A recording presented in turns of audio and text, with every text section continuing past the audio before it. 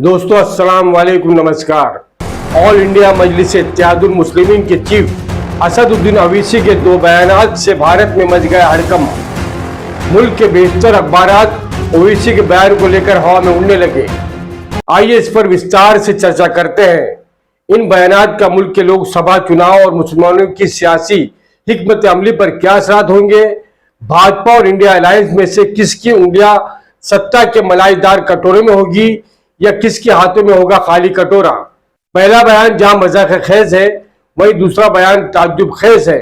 असदुद्दीन अवीसी का यह कहना कि एक दिन हिजाब पहनने वाली महिला भारत की प्रधानमंत्री बनेगी, और दूसरी खबर रोजनामा खबरें के अनुसार ओवैसी का यू टर्न, कांग्रेस को वोट देने की बिलवास्ता अपील।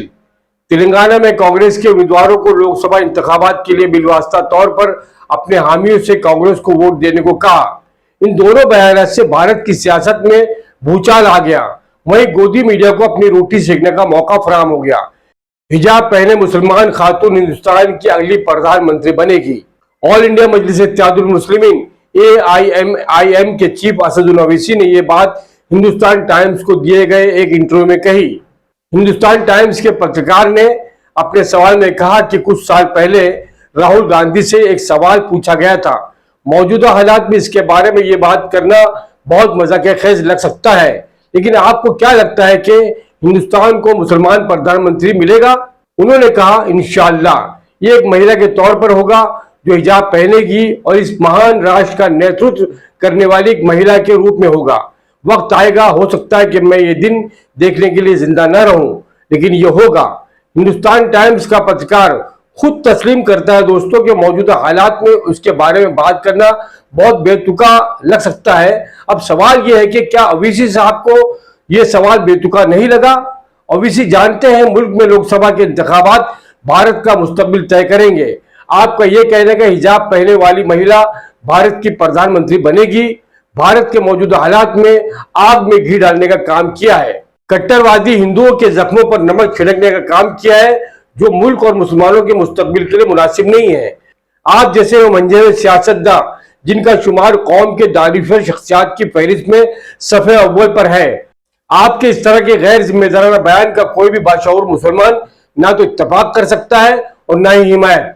ओवैसी साहब ने यह भी कहा कि वजीर आजम मोदी का कहना है कि मुस्लिम खवातीन ज्यादा बच्चों को जन्म देती है, ये सब बकवास और बकवास है। क्या ओवैसी साहब को पत्रकार का यह सवाल बकवास नहीं लगा कि एक दिन क्या हिंदुस्तान का प्रधानमंत्री कोई मुसलमान होगा?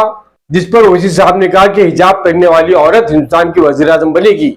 यह सवाल भी उतना ही बकवास था जितना वजीर आजम मोदी का यह कहना है कि मुस्लिम खवातीन ज्यादा बच्चों को जन्म देती है।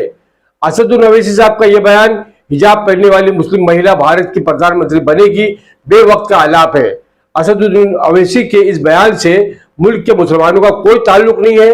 ओवैसी साहब के इस बयान ने मुल्क में पार्लिमानी इंतखाबात में फिरका परस्ती की लगी आग में हवा देने का काम किया है।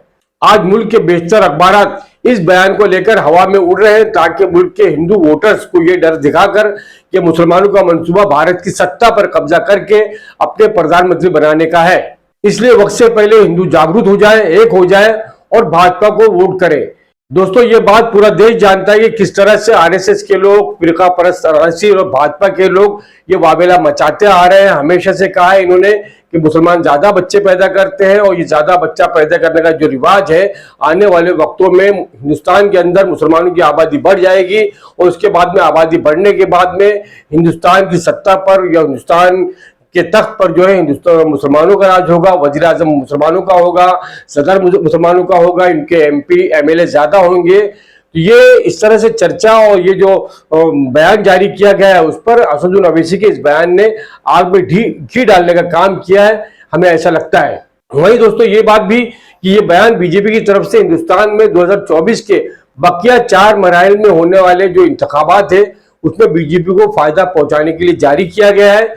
बीजेपी की जानिब से कॉपी पेस्ट है ताकि हिंदू वोट बैंक मुत्तहिद हो जाए।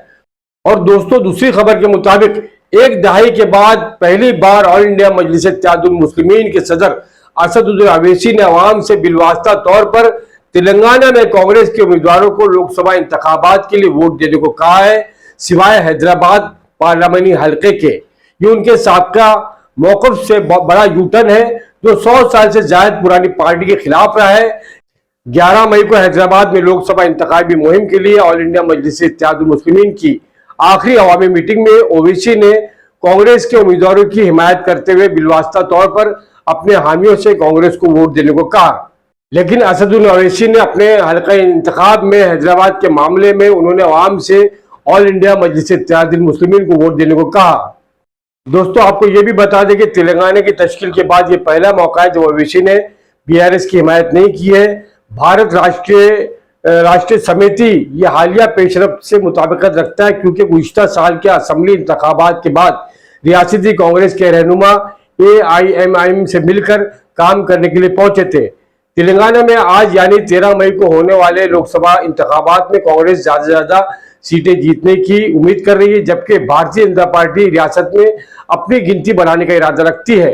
तेलंगाना में 17 पार्लियामेंट्री नशिस्तें हैं, जिनमें से कांग्रेस ने 2019 में सिर्फ 3 में कामयाबी हासिल की थी, जबकि बीजेपी को 4 और बीआरएस को 9 नशिस्तें मिली थी। दूसरी तरफ बीआरएस, जिसने हाल ही में हुए तेलंगाना असेंबली इंतखाबात में रियासत में इख्तिदार खो दिया है, अपनी कारकर्दगी को बेहतर बनाने के लिए शिद्दत से कोशिश कर रही है। हैदराबाद में असल मुकाबला AIMIM के सदर असदुद्दीन ओवैसी और बीजेपी की माधवी लता के दरमियान है। AIMIM ने 1984 से हैदराबाद लोकसभा सीट पर कब्जा जमा रखा है। कांग्रेस ने हैदराबाद के जिला सदर समीर वलीउल्लाह को भी मैदान में उतारा है, जबकि बीआरएस ने गुदाम श्रीनिवास को नामजद किया है।